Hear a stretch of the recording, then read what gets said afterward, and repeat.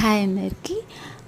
7 months 8 months బేబీస్కి అనమాట. 7 months complete, 7th month ending అనమాట. వాళ్ళకి లంచ్ లేదంటే డిన్నర్ రెసిపీ అనమాట.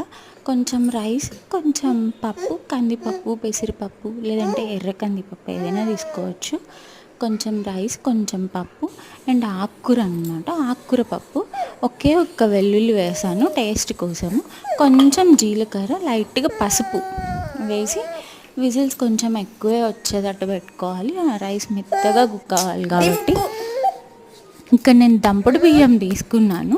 సో దంపుడు బియ్యం పాలిష్ ఏం లేకుండా ఒరిజినల్ వడ్ల గింజని ఒలిస్తే వచ్చేదన్నమాట. సో కొంచెం గట్టిగా ఉంటుంది ఇది బియ్యం గింజ అనేది.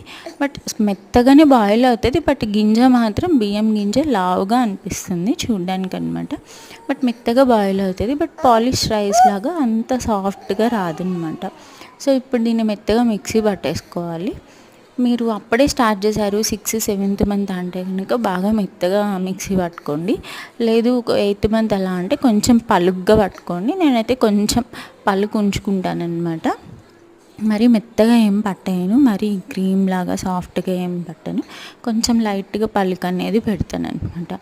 సో దీన్ని మొత్తాన్ని కూడా మెత్తగా మిక్సీ పట్టేసుకోవాలి. కొంచెం లైట్గా కొంచెం అట్లా పలుకు తగిలేలాగా అనమాట. చూడడానికి బియ్యం గింజ లావుగా ఉంటుంది కానీ వెళ్ళిపోతుంది, ఏం అడ్డం పడదు మింగడానికి వాళ్ళకి. కొంచెం నెయ్యి వేడి చేసి పెట్టుకున్నాను ముందుగానే నేను. సో ఇప్పుడు ఈ రైస్ మొత్తం అంతా కూడా నెయ్యిలో మంచిగా వేసేసుకుందాం మొత్తం. సో ఈ రైస్ అంతా ఇలా గీలో మొత్తం వేసేసుకుని మొత్తం మంచిగా మిక్స్ చేసేసుకోవాలన్నమాట. లేదు ప్రెషర్ కుక్కర్లో అన్నీ పెట్టేటప్పుడే నెయ్యి వేసి రైస్, కందిపప్పు అన్నీ వేయించి కూడా విజిల్స్ వచ్చేటట్టు పెట్టుకోవచ్చు. లాస్ట్లో కూడా యాడ్ చేసుకోవచ్చు గీ లేదంటే. సో ఫైనల్గా ఆకుకూర పప్పు రెడీ అయిపోయింది.